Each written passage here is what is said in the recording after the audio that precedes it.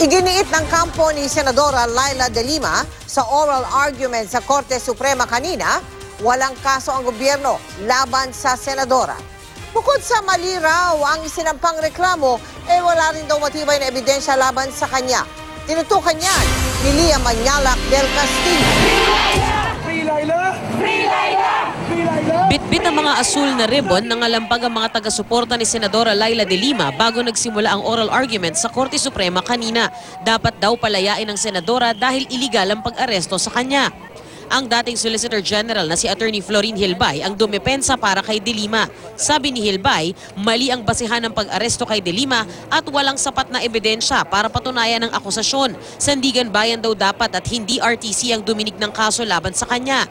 Hindi rin daw pwedeng tumayong testigo ang mga convicted na kriminal ayon na rin sa Dangerous Drugs Act at magkaiba raw ang DOJ at sa Solicitor General Jose Calida sa dapat na ikaso laban kay De Lima. Illegal drug trading ang ikinaso ng DOJ. Ang sabi naman ng OSG, nakipagsabuatan si De Lima sa illegal drug trade sa loob ng bilibid. Kung susundin nga raw ang argumento ng kaso laban sa senadora, sabi ni Hilbay, direct bribery ang dapat ikinaso na isang bailable offense. Make no mistake, Your Honors, by the official conflicting, incompatible theories of the DOJ and the OSG, we have now evidence that the government doesn't have a case. Ilang beses ding tinanong ang dating OSG bakit dapat Sandigan Bayan at hindi Regional Trial Court ang may karapatang duminig sa kaso ni De Lima. Which is the special law?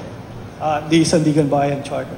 So if you look at it that if both laws state that they have exclusive original jurisdiction to decide this case, which will prevail? The special law will prevail, Your Honor, and if I may, in particular because the essential charge here is one of corruption. And the Sandigan Bayan is our anti-graft court. Pero para kay Solicitor General Jose Calida, abogado ng gobyerno, baka baka first round knockout ito. The cat will be out of the bag. surprise is what? Like new evidence, Yeah. something paper? Yes. That will show how devious De Lima is. Bago nagsimula ang oral arguments, hiniling ng grupong Volunteers Against Crime and Corruption o VACC ang pag-inhibit ni Associate Justice Francis Hardeleza dahil daw nakatrabaho niya noon bilang dating Solicitor General si De Lima. Sa March 21, ipagpapatuloy ang oral arguments kung saan ang Solicitor General naman ang pakikinggan.